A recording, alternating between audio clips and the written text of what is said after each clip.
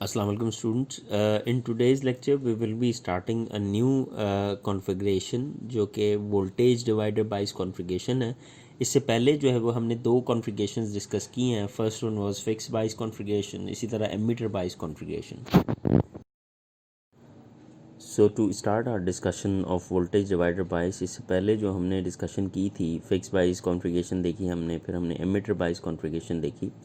तो comparing this voltage divider बाइस with the previous बाइस कॉन्फ़िगरेशंस, हमने वहाँ पे देखा था कि जो हमारा बाइस करंट है ICQ और जो वोल्टेज है VCEQ, वो बेसिकली बीटा पे डिपेंडेंट थे, यानी जो गेन वैल्यू है बीटा की ट्रांजिस्टर की उस पे डिपेंडेंट थे.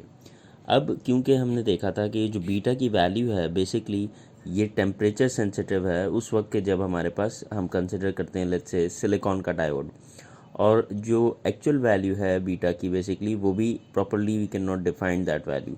सो अब ज़रूरत यहाँ पे इस बात की थी कि हम बेसिकली इस तरीके से बाइजिंग सर्किट को सिलेक्ट करें या डेवलप करें कि हमारे पास जो बीटा की डिपेंडेंसी है उस पर कम से कम सर्किट की डिपेंडेंसी इस बीटा वैल्यू पे रहे, या in other cases we can say कि हम ट्रांजिस्टर का जो बीटा की वैल्यू है उसको इससे कम्प्लीटली तौर पे इंडिपेंडेंट कर दें.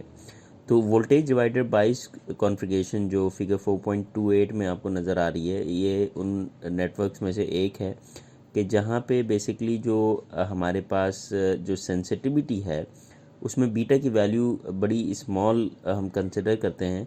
और अगर लेट्स से फॉर एग्जांपल हम इसके जो पैरामीटर्स हैं अगर डायग्राम में अगर देखें जो वैल्यूज़ हैं रेजिस्टेंस की, तो उनको इस तरीके से सिलेक्ट किया जाए अगर, तो हमारे पास जो रिजल्टिंग लेवल है ICQ करंट और VCEQ का वो टोटली इंडिपेंडेंट हो सकता है from the value of beta. So जैसे कि हमने पिछली डिस्कशन में भी देखा था और you can see in figure 4.29 के जहाँ पे ICQ और VCEQ की एक हम फिक्स्ड लेवल पे जो है वो एक पॉइंट देखते हैं. तो जो लेवल है IBQ का, यानी इस पर्टिकुलर पॉइंट पे वो चेंज होता है with the changing value of beta.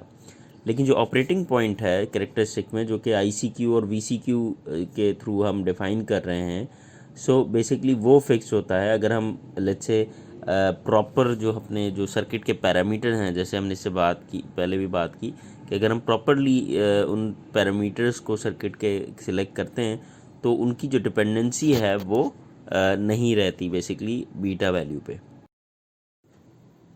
To continue our discussion of voltage bias configuration, हमने बेसिकली यहाँ पे देखेंगे कि दो डिफरेंट मेथड्स हैं जो कि अप्लाई किए जा सकते हैं जिससे हम वोल्टेज डिवाइडर कॉन्फ़िगरेशन को एनालाइज कर सकते हैं. अब यहाँ पे जो पहला जो मेथड है या पहला जो तरीक़ाकार है उसको हम एग्जैक्ट मेथड हम कहते हैं, जो कि अप्लाई होता है किसी भी वोल्टेज डिवाइडर कॉन्फ़िगरेशन के ऊपर. इसी तरह का से जो दूसरा हमारे पास तरीक़ाकार है उसको हम अप्रॉक्सीमेट मेथड कहते हैं, और वो स्पेसिफ़िक जो हमारे नेटवर्क्स हैं उन्हीं में अप्लाई होता है कि जहाँ पे वो कंडीशंस जो सेटिस्फाई होती हैं तब अप्रॉक्सीमेट जो मेथड है वो इम्प्लीमेंट होता है. इसी तरीके से अप्रॉक्सीमेट मेथड जो है वो हमें एक डायरेक्ट अप्रोच देता है एनालिसिस करने की, जो कि हमारी एनर्जी को और टाइम को रिड्यूस करता है, या हमारी वो जो एफ़र्ट है उसको रिड्यूस करता है. इसी तरीके से अप्रॉक्सीमेट मेथड जो है वो डिज़ाइन मोड में जब हम काम कर रहे होते हैं तो उसमें भी बहुत ही ज़्यादा हेल्पफुल रहता है.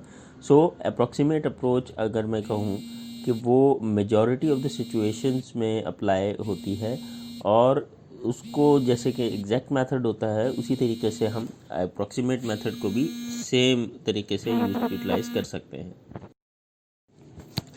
So now first we will be discussing about this exact analysis, जो हमने दो डिफरेंट एनालिसिस के बारे में पिछली स्लाइड में डिस्कशन की थी. जो फर्स्ट है हमारा एग्जैक्ट एनालिसिस, बेसिकली इस DC एनालिसिस के लिए जो हमने नेटवर्क में 4.28 जो फिगर आपको नज़र आ रही है दैट विल बी कंसिडर्ड, और उसको हम रीड्रॉ कर सकते हैं बाय ड्राइंग दिस फिगर 4.30 कि जहाँ पे बेसिकली वी नो कि जी जो VCC है that is connected to both collector and base side of the transistor through resistance R1 and RC. So basically if we redraw this circuit, अब जो अगर let's say मैं इनपुट साइड की अगर बात करूँ तो इनपुट साइड को भी हम मज़ीद रीड्रॉ कर सकते हैं and we can replace this figure 4.30 with 4.31 कि जहाँ पे जो VCC को एज अ सोर्स इंट्रोड्यूस करवाया और R1 और R2 जो रेजिस्टेंसेस हैं वो बेस के थ्रू कनेक्टेड हैं एंड RE रेजिस्टेंस जो है वो हमारे पास एमिटर साइड पर कनेक्टेड है. सो लेट्स से जो थेवेनिन इक्विवेलेंट सर्किट अगर मैं यहाँ पे कंसिडर करूँ तो we can remove the left जो हमारी साइड है नेटवर्क की जो लेफ़्ट साइड है उसके मुताबिक जो है वो बेस टर्मिनल की अगर मैं बात करूँ तो वहाँ पे अगर मैं थेवेनिन की बात करूँ RTH तो हम वोल्टेज सोर्स को रिप्लेस करते हैं शॉर्ट सर्किट से. सो हमारे पास जो फिगर आती है वो होती है 4.32. तो यहाँ पे इट्स वेरी इजी नाउ कि जी जो आर थेवेनिन का जो रेजिस्टेंस है that can be find out with the help of the formulation R1 जो है वो हमारे पास R2 के साथ पैरेलल में है. सो इन द नेक्स्ट स्लाइड अब हम देखेंगे कि जो ETH है बेसिकली वो हम किस तरीके से थेवेनिन वोल्टेज सोर्स जो है वो किस तरीके से हम यहाँ पे फाइंड आउट कर सकते हैं. So as we discussed how to find out the Thevenin resistance in the previous slide, अब हम यहाँ पे देखेंगे कि किस तरीके से हम ETH यानी Thevenin voltage source जो है वो फाइंड आउट कर सकते हैं फॉर दिस पर्टिकुलर नेटवर्क. तो जो वोल्टेज सोर्स है VCC उसको जैसे हमने पिछले उसमें शॉर्ट सर्किट से रिप्लेस किया था तो यहाँ पे इसको हम दोबारा कंसिडर करेंगे with the open circuit Thevenin voltage. So we can get the diagram या फिगर हमारी अब बन जाएगी जैसे शो कर रहे हैं हम फिगर 4.33 में. तो यहाँ पे बेसिकली अब अगर वोल्टेज डिवाइडर लगाया जाए फिगर 4.33 में so we can get ETH is equals to जो हमारी ETH है वो VR2 ही के बराबर होगी बिकॉज हमारे पास रेजिस्टेंस जो लगी है सेकंड रेजिस्टेंस उसी के अक्रॉस जो है पैरेलल में वोल्टेज हम मेजर करेंगे आउटपुट साइड के लिए.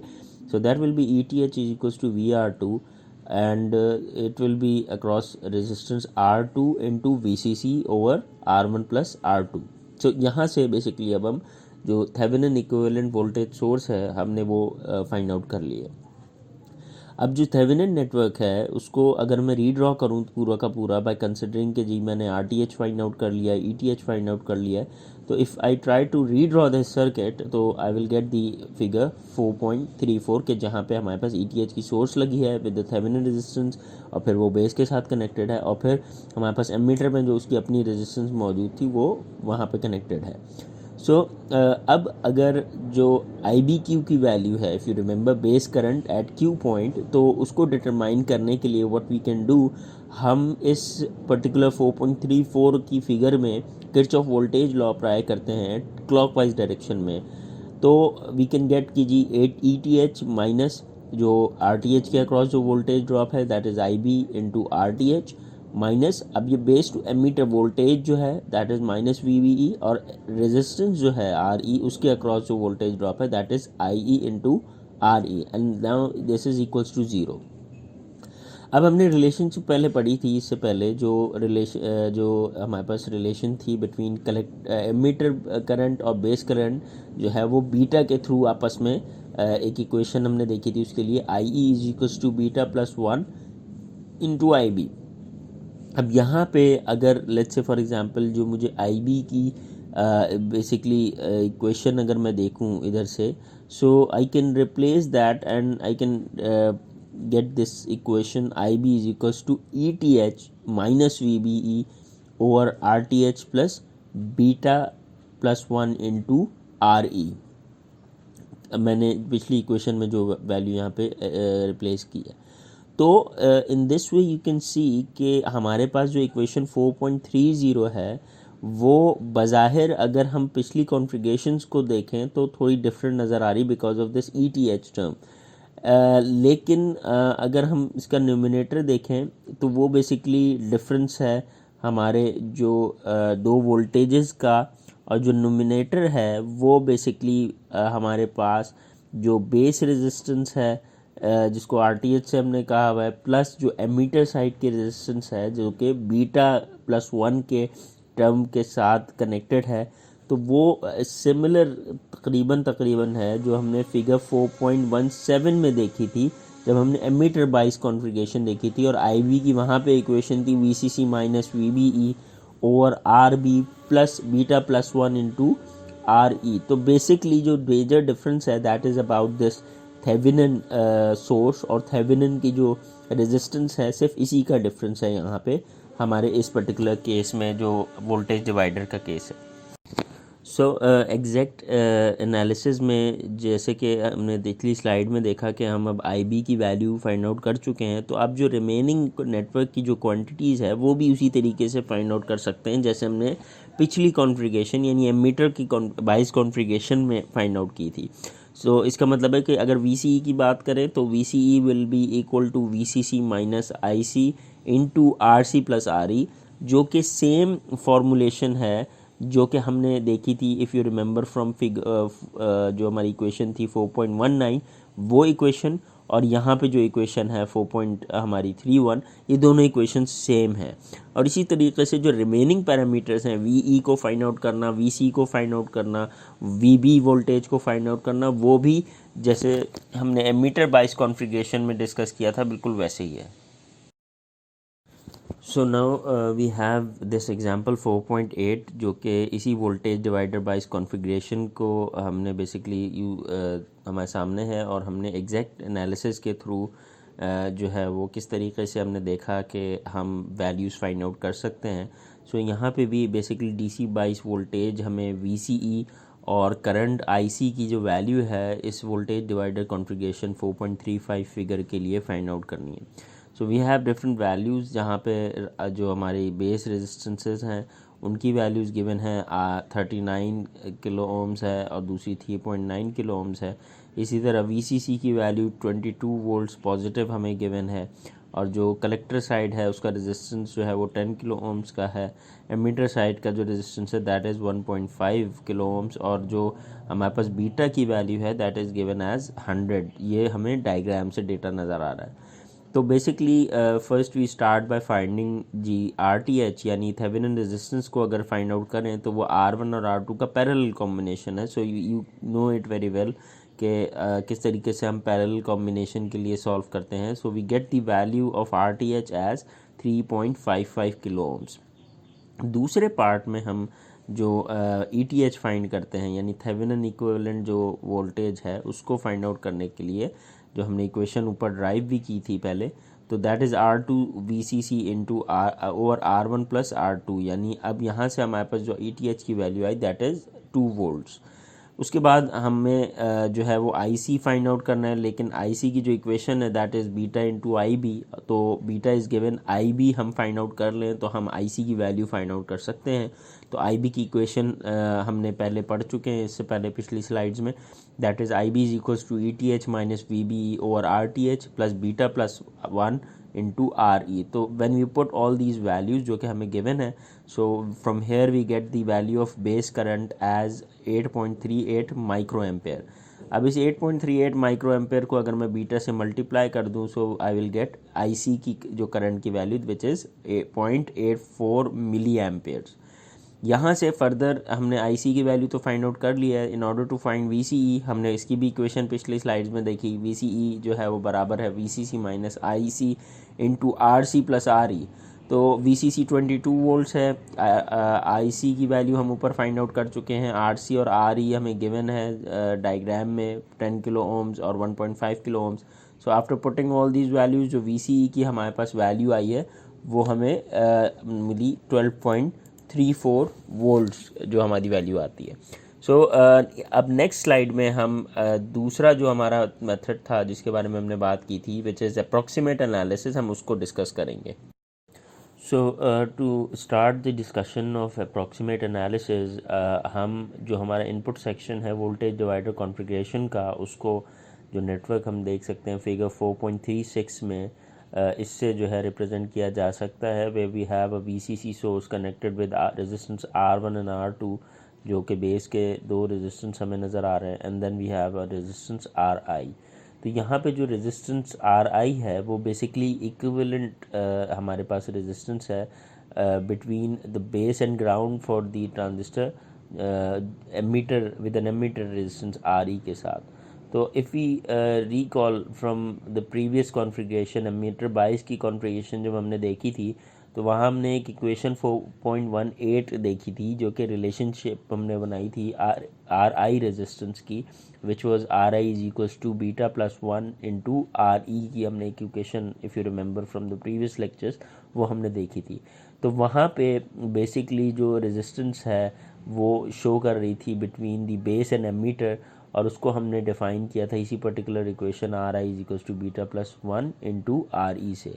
अब यहाँ इधर अगर हम देखें कि अगर RI की वैल्यू बहुत ही ज़्यादा बड़ी होती है as compare to resistance R2, तो वी कैन से कि जो करंट है IB वो बहुत ही ज़्यादा छोटी वैल्यू का होगा एज़ कम्पेयर टू I2 के मुकाबले में, यानी IB की करंट की वैल्यू जो है वो बहुत छोटी होगी I2 के मुकाबले में। क्यों? क्योंकि वी नो कि जी जब भी हम जहाँ पे भी लीस्ट या कम रेजिस्टेंस मौजूद होता है, करंट वही डायरेक्शन लेता है, और इसी के साथ साथ जो I2 की वैल्यू है वो फिर अप्रॉक्सीमेटली बराबर हो जाएगी I1 करंट के बराबर।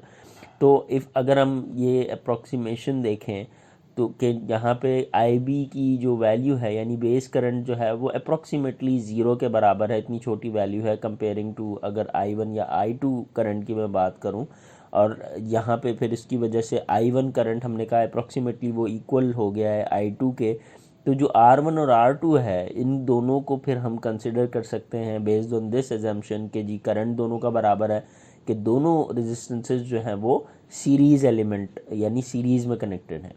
तो अगर अब मैं यहाँ पे वोल्टेज फाइंड आउट करता हूँ लेट्स से R2 के अक्रॉस, तो बेसिकली या जो कि हम कह सकते हैं जिसको कि वो बेस वोल्टेज हो सकता है, वो डिटरमाइन करने के लिए हम वोल्टेज डिवाइडर रूल का को अप्लाई करेंगे।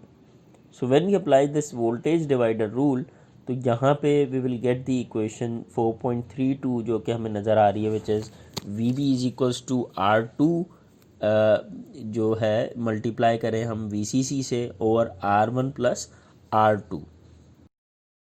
सो आफ्टर कंसिडरिंग VB वोल्टेज जो है बेस टर्मिनल का, हमने पिछली स्लाइड में देखा for this particular approximate analysis. तो अब हम जैसे कि हमें पता है कि RI हमने कहा था कि that is equals to beta plus 1 into RE, और इसको अप्रॉक्सीमेटली वीक से कि जी that is basically beta RE ही के बराबर होगा ये। तो ये कंडीशन जो है वो डिफ़ाइन करेगी कि हमारी जो अप्रॉक्सीमेशन अप्रोच है वो अप्लाई होती है, एंड दैट इज़ बेसिकली कि बीटा RE जो है वो हमारे पास ग्रेटर देन इक्वल्स टू हो 10R2 के बराबर। तो ये एक बेसिकली ये है कि हमारे पास हम कह सकते हैं कि जो बीटा टाइम्स जो वोल्टेज है RE वो तकरीबन 10 टाइम्स ज़्यादा है basically as compare to the value of this R2 resistance. तो जो अप्रॉक्सीमेट अप्रोच है वो अप्लाई की जा सकती है with the higher degree of accuracy. इसी तरीके से हमने जैसे कि फिगर 4.3 जो हमारी इक्वेशन 4.32 है, वहाँ से हमने पिछली स्लाइड में जो VB की वैल्यू थी वो फाइंड आउट कर ली थी। तो once we have that value of VB, तो अगर मुझे VE की वैल्यू एमीटर वोल्टेज की वैल्यू कैलकुलेट करनी है, so I can find out with the help of equation 4.34 which is VE is equals to VB minus VBE। इसी तरह जो एमीटर करंट अगर मुझे मालूम करना है तो it's very easy to find out the emitter current which is IE is equals to VE over RE। और यहाँ पे जो है वो ICQ वी कैन से कि वो ICQ is approximately now equal to IE based on this approximation. और जो हमारे पास अब कलेक्टर टू एमीटर वोल्टेज है उसके लिए भी हमारी इक्वेशन जो हमने बनाई VCE is equals to VCC minus ICRC minus IERE। अब इक्वेशन नंबर 4.36 में हमने कहा कि हमारा ICQ is approximately equal to that IE। तो इस पर्टिकुलर पॉइंट को यूज़ करते हुए हमने जो VCE की इक्वेशन है इसको हम फॉर Q पॉइंट अगर फाइंड आउट करें तो हमें वो 4.37 मिलेगी equation, which is VCEQ equals VCC minus IC into RC plus RE. Now the important thing here in this कि हमने जो इक्वेशन 4.33 से एक डिस्कशन शुरू की 4.37 तक, तो हमने देखा कि हमने जो भी इक्वेशन अब ड्राइव की है हमारा बीटा का टर्म अपेयर नहीं हो रहा और IB की वैल्यू यानी बेस करंट की वैल्यू हमने कैलकुलेट ही नहीं की। तो जो Q पॉइंट अब हमने डिटरमाइन किया है, now you can clearly see कि इन अप्रॉक्सीमेट एनालिसिस हमने जो डेरिवेट किया है या फाइंड आउट किए इक्वेशंस वो इंडिपेंडेंट है बीटा से। और हमने इस कॉन्फ़िगरेशन के शुरू में बात की थी कि बीटा की डिपेंडेंसी बेसिकली उसके टेम्परेचर बेस्ड स्टेबिलिटी को इफ़ेक्ट करती है टेम्परेचर की वजह से। तो हम ट्राई करेंगे कि हम किस तरीके से उसको बीटा से इंडिपेंडेंट करें। सो नाउ वी कैन से कि इन दिस पर्टिकुलर अप्रॉक्सीमेशन या कंडीशन हमने अपनी इक्वेशंस को बीटा से इंडिपेंडेंट बना दिया है। Okay, so now after completing this approximate analysis हम इस पे भी एक एग्जांपल यहाँ कंसिडर करेंगे कि हमने जो 4.35 का जो फिगर थी उसको हमने एग्जैक्ट एनालिसिस के थ्रू देखा। अब हम यहाँ पे उसको अप्रॉक्सीमेट एनालिसिस जो है उसको यहाँ इम्प्लीमेंट करके देखेंगे। But before we start with discussion, it is very important कि हम टेस्ट करें जो हमने कंडीशन की बात की थी प्रीवियस केस में कि आया ये जो है बेसिकली इम्प्लीमेंट हो भी सकता है या नहीं। तो इफ़ यू रिमेंबर हमने पिछली ही स्लाइड में जो इसकी कंडीशन डिस्कस की थी दैट वाज कि बीटा इंटू RE जो है वो ग्रेटर देन हो या इक्वल टू हो 10 टाइम्स R2 के। So we have the value of beta 100, RE की वैल्यू है 1.5 किलो ओम्स और इसी तरीके से 10 इंटू 3.9 किलो ओम्स जो R2 की रेजिस्टेंस है। सो यू कैन सी कि हमारे पास 150 kilo ohms is greater than equals to 39 kilo ohms. So it means कि ये जो कंडीशन है दैट इज़ सेटिस्फाइड। अब क्योंकि ये कंडीशन सेटिस्फाइड है तो now we can proceed to solve this numerical. यहाँ पे जो फिगर 4.32 हमने फाइंड आउट की थी अब VB की, उसको हम यूज़ करते हुए VB की वैल्यू फाइंड आउट करते हैं that is R2 into VCC over R1 plus R2। तो यहाँ पे जो VB की वैल्यू है दैट इज़ 2 वोल्ट। अब अगर आप दोबारा 4.8 एग्जाम्पल में जाके देखें तो जो VB की वैल्यू 2 वोल्ट आई है, ETH की भी वैल्यू 2 वोल्ट ही आई थी एग्जाम्पल 4.7 के अंदर। सो इट प्रूव्स कि जी हमारा जो प्राइमरी डिफरेंस है, जो मेजर डिफरेंस है बिटवीन दिस अप्रॉक्सीमेट और एग्जैक्ट टेक्निक के दरमियान वो RTH रेजिस्टेंस का है, बेसिकली जो थेवेनिन रेजिस्टेंस है। अदरवाइज जो वोल्टेज की वैल्यू वो वहाँ पे भी 2 वोल्ट आई थी, यहाँ पे भी 2 वोल्ट आएगी। तो बेसिकली ये ETH और B जो हमने फाइंड आउट किया we get this same value. अब आगे बढ़ते हैं मज़ीद 4.34 इक्वेशन जो हमने ड्राइव की थी VE इक्वेशन, VE की वैल्यू कैसे फाइंड आउट करेंगे। सो VE basically is VB minus VBE। VB की हमने 2 वोल्ट वैल्यू फाइंड आउट की, VBE इज़ 0.7, तो दैट वी गेट 1.3 वोल्ट्स। इसी तरह ICQ हमने देखा था in this approximate technique, ICQ is approximately equal to IE and IE उसकी इक्वेशन हमें पता है VE ओवर RE। तो VE is 1.3 volt, RE is 1.5, so we get the value of ICQ as 0.867 milli amps. अब इसको भी अगर हम कंपेयर करें एग्जैक्ट एनालिसिस जो हमने पिछले न्यूमेरिकल में देखा था तो वहाँ हमें 0.84 की वैल्यू मिली थी मिली एम्प्स। तो बेसिकली एग्जैक्ट एनालिसिस भी कमोबेश उतनी ही वैल्यू हमें दे रहा है। फाइनली हम बात करते हैं VCE की वैल्यू, VCEQ की। तो VCEQ will be VCC minus IC into RC plus RE। By putting all these values जो हमें पता है we get the value of VCEQ as 12.03 volts. अब ये जो 12.03 वोल्ट्स है हमें पिछले एग्जाम्पल 4.8 में बेसिकली वो हमें 12.34 मिल रही थी। So again this VCE value is almost the same. तो जो रिज़ल्ट्स हैं जो ICQ के और VCEQ के वो बहुत ही ज़्यादा करीब हैं। और अगर हम कंसिडर करें जो एक्चुअल वेरिएशन पैरामीटर है वैल्यू का, तो हम ये कह सकते हैं कि बेसिकली जितना ज़्यादा लार्जर होगी level of RI comparing to R2 उतना ज़्यादा ये जो हमारे पास अप्रॉक्सीमेट और जो एग्जैक्ट जो एनालिसिस है इन दोनों के सॉल्यूशंस में वो दोनों उतने ही ज़्यादा करीब होंगे और दोनों की वैल्यू उतनी ज़्यादा सेम हमें मिल रही होगी. Okay, now example 4.10 and 4.11 are task for the students के जी वो इसको समझें by themselves to understand more about this technique. So now here we will be discussing about transistor की जो saturation find out करते हैं हम हर configuration के लिए और जो load line analysis है उसके बारे में अब यहाँ पे हम डिस्कस करेंगे. So starting the discussion with transistor का जो सेचुरेशन है पॉइंट.